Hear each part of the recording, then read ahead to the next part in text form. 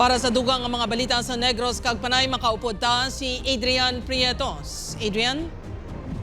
Yes, George, mga puso, madabog yan nga salamat. Mao masobra 600,000 pesos nga balor sa kalahas kag kwarta nakuha sa negosyante nga nasalisihan sa Cadiz City. Nakatutok Irene Pedreso.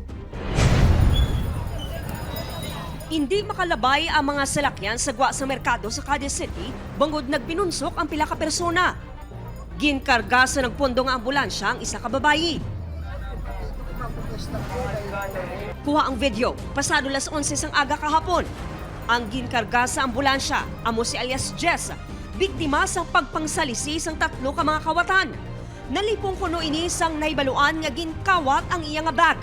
Nagsala pala mga tao. Ito magabot sa ambulansya. At manalipungan na itong bahay mo po. Nang narundaran niya nga guro nga nakuha biya bag. Kinukumpray ako no. Kaya may mga alas. Pwesa ko nga siya bag. Nagwa sa investigasyon sang kapulisan nga ginlingaw sang babae nga sospek ang biktima samtang ang duha ka mga lalaki nga sospek amat-amat na nga gintaban ang iya bag. Ang mga suspect ni ma'am no, napakuno-kuno mga mabakal sang uga. Kay may-ari ni sila sang ugahan. Ang ining babae ma'am, mabakal siya sang uga nga worth 50 pesos. Pero mga coins. Lagi ni sa isa dito nakuha atong atensyon sang biktima. May unod nga 3,000 pesos nga cash kag mga alahas nga naglabot sa balor 600,000 pesos ang nataban nga bag.